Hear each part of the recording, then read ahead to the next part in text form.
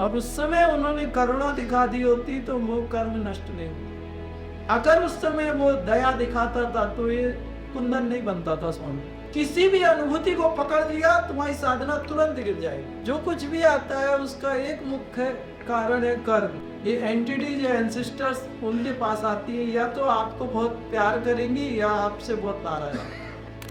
तो मैं इनको देख के बोलता था भगवान क्या है, क्या कर रहे हो? आपको लगता नहीं कि मुझे तकलीफ हो रही है? ऐसे साधना करूंगा, ऐसी हालत में मैं कोई तप करूंगा, क्या करूंगा मैं? आपको समझता नहीं है क्या? और इनके चेहरे के भाव क्या?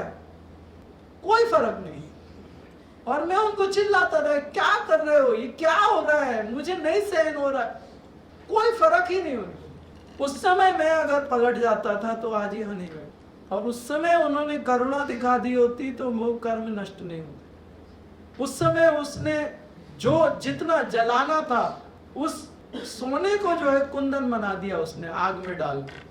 अगर उस समय वो दया दिखाता था तो ये कुंदन नहीं बनता था सोना। जलाऊंगा तो तुम्हें भी, अगर तुम्हें कुंदन बनना है तो तुम्हें आग में भी जाना पड़ेगा और तुम्हें हथौड़े से भी पिटना पड़ेगा और तुम्हारे पे तुम्हें छीला भी जाएगा, तुम्हें कूटा भी जाएगा, सब किया जाएगा। लेकिन अगर तुम उस स्थिति में ठहर गए, रुक गए और सहन कर लिया तो शिव मिलेगा नहीं, शिव बन जाओगे। जल्दबाजी नहीं करना, ये मत पूछना कितने दिन, चलते जाना है, मंजिल मिलेगी। मैं चलता गया, मुझे मिल, तुम्हें भी चलना है।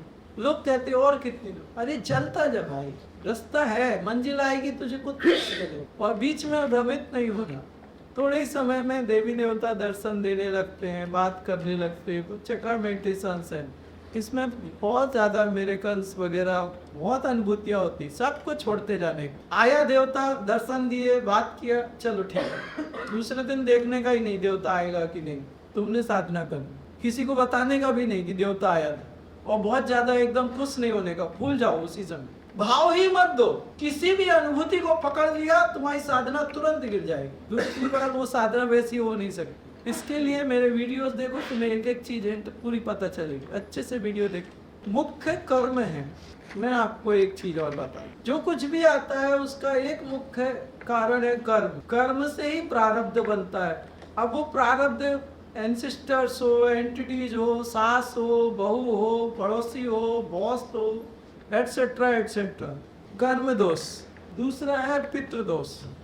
पितृदोष में सिर्फ आपके एंसेस्टर्स नहीं होते, किसी से आपने लड़ाई झगड़ा किया, किसी से 10,000 रुपए ले लिए, वापस नहीं दिए, मरने के बाद उसको लगा वो इसी डायमेंशन में था, 10,000 रुपए लेते हैं, चलो वापस 10,000 नहीं लेंगे तो 10,000 की तंग करेंगे, तकलीफ देंगे। किसी को आपने तकलीफ दी, जीते जी वो आपसे बदला नहीं ले पाया, गुस्से में था, मरने के बाद आएगा। कोई बहुत प्रेम करता है, वो भी आएगा और आपकी पूरी अच्छे से बात लगाएगा। ये एंटिटीज या एंसेस्टर्स उनके पास आती है, या तो आपको बहुत प्यार करेंगी या आपसे बहुत नाराज है। एक घर में पितृदोष है, लेकिन वो सबको अलग अलग परसेंटेज में लगेगा सबको, चाहे एक अमेरिका में हो, दूसरा कनाडा में हो, तीसरा कहीं पे यूरोप, कहीं पे भी हो, लेकिन लगेगा सबको, लेकिन परसेंटेज डिफरेंट हो। पितृदोष है तो घर का वास्तु आप कभी भी ठीक नहीं कर सकते, कुछ भी कर, एनर्जी डिस्टर्ब रहेगी। पितृदोष है तो घर का वास्तु ठीक करने के कोई फायदा नहीं। अगर पितृदोष कर लिया तो घर का वास्तु ठीक कर लो। 100% मत करो, 60% भी करो तो आपका जीवन 40-50% चेंज हो जाएगा, प्रोग्रेस अच्छा हो जाएगा।